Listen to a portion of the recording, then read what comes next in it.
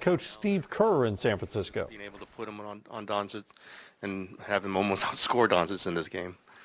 I thought Wiggs was fantastic. Doncic is as difficult a cover as there is in this league, and we just asked Wiggs to try to hound him and, guard him as best as he could, stay in front, and try to keep the pressure on him. And he did a fantastic job. So Wiggs is just a huge part of our defense and our team. I thought he was great offensively as well. So great night for Andrew. Steve, let me make sure I'm reading this right. When's the last time you saw Steph lead a playoff game with 12 rebounds? Ask Raymond. Raymond knows all that stuff. But Steph has always been a really good rebounder. For a guard, for a guy his size, he's just got a knack for the ball, and he obviously did a great job. There were several where you could see him kind of come over from the weak side because he read where the ball was going to go before anybody else did. And so he's got a good knack for it, and I thought the rebounding was a big factor tonight. 52-34. So we did a good job on the glass. Steve, how did you like the poise and taking care of the ball and just so many guys getting involved in the scoring and rebounding effort? Yeah, it was good. I thought we were in a little bit of a rush early, and once we settled down, the ball started to move a little bit better, and we started getting better shots. That's to be expected, though. Game one of the conference finals, everybody's amped up, and so we just needed to settle in, and we did that. You guys threw out a lot of different looks defensively. How important do you think that was in limiting Luka? Well, I think you can't do the same thing with Doncic every possession. You got to be able to mix it up. He's too good. And so we tried to do some of that. And, one game, we did an excellent job defensively, but we're under no illusion that we've figured anything out. We just played really hard and competed and tried to contest shots. But, there's a good chance those shots start going in next game. So we've just got to stay committed and stay aggressive, play with force, and see what happens. You had Wiggins pick up Luka full court several times. Is that just kind of to slowly try to fatigue him? Yeah, I think it's important to try to make him work. He's so good. Any great player in the league, you're just trying to limit the damage that they do.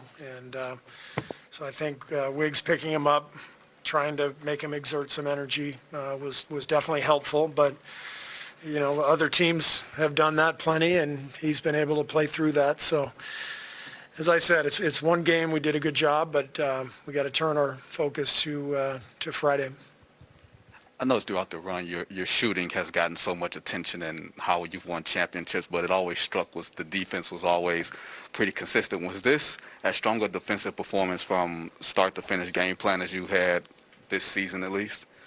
It was an excellent defensive night overall.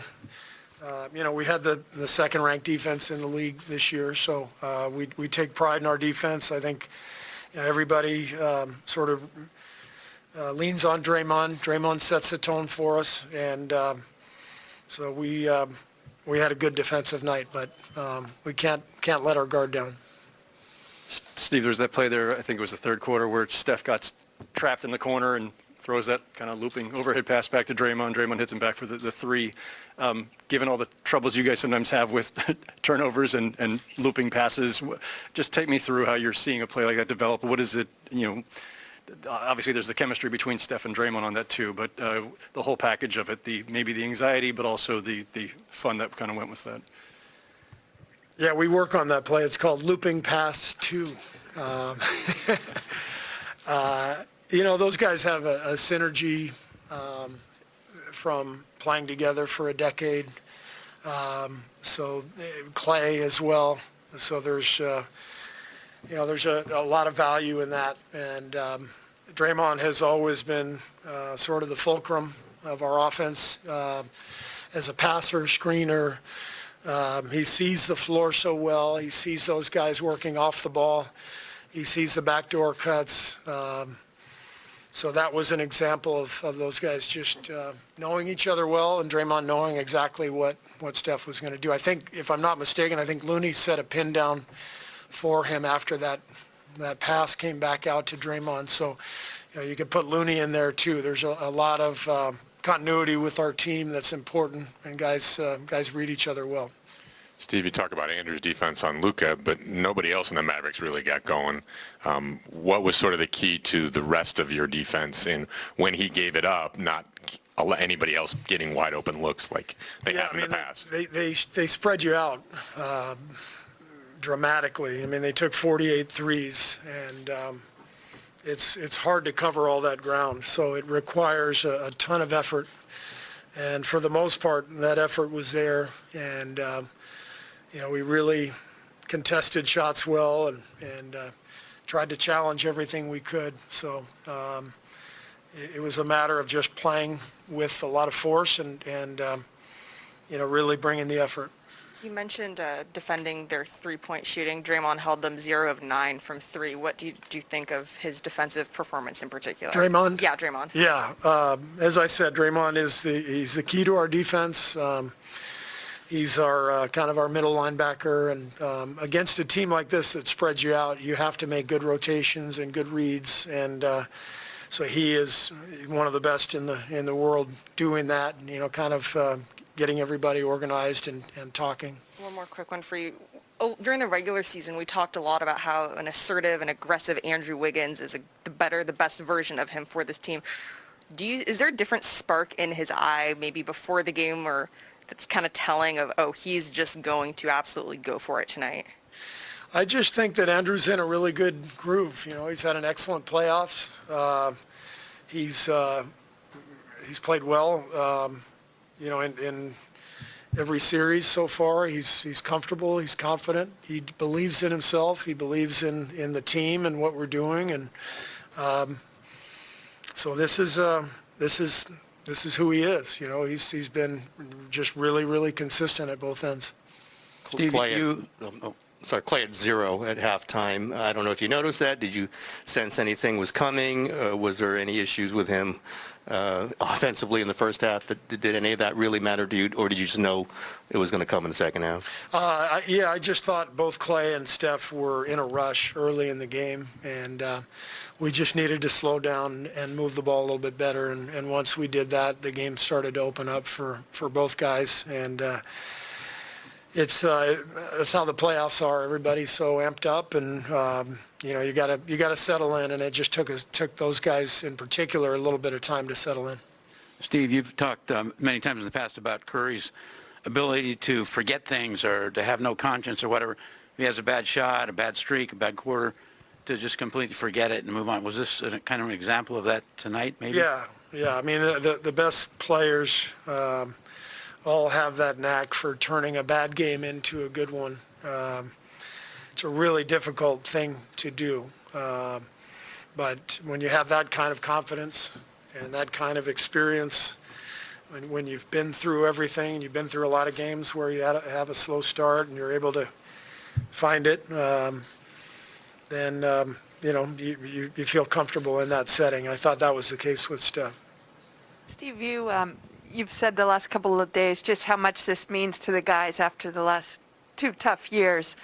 You missed a few games. Did it feel pretty good to be back on the bench and just in this atmosphere? It was loud and much like Game 6 here the other night. That just a pretty great atmosphere. Yeah, it was great to be back. I missed being out there with the guys, and amazing atmosphere here at Chase, and we're excited to keep going.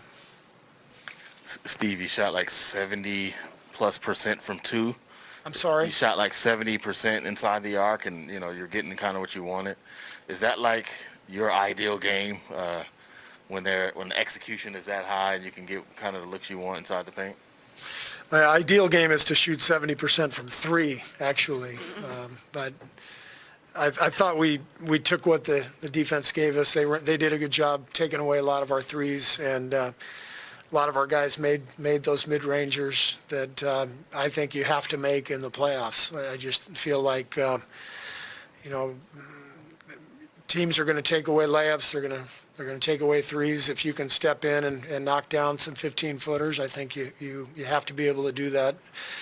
We've been lucky to have great shooters over the years who have been able to knock down that shot. Whether Steph, Clay, Kevin. Now Otto is really good mid-range shooter.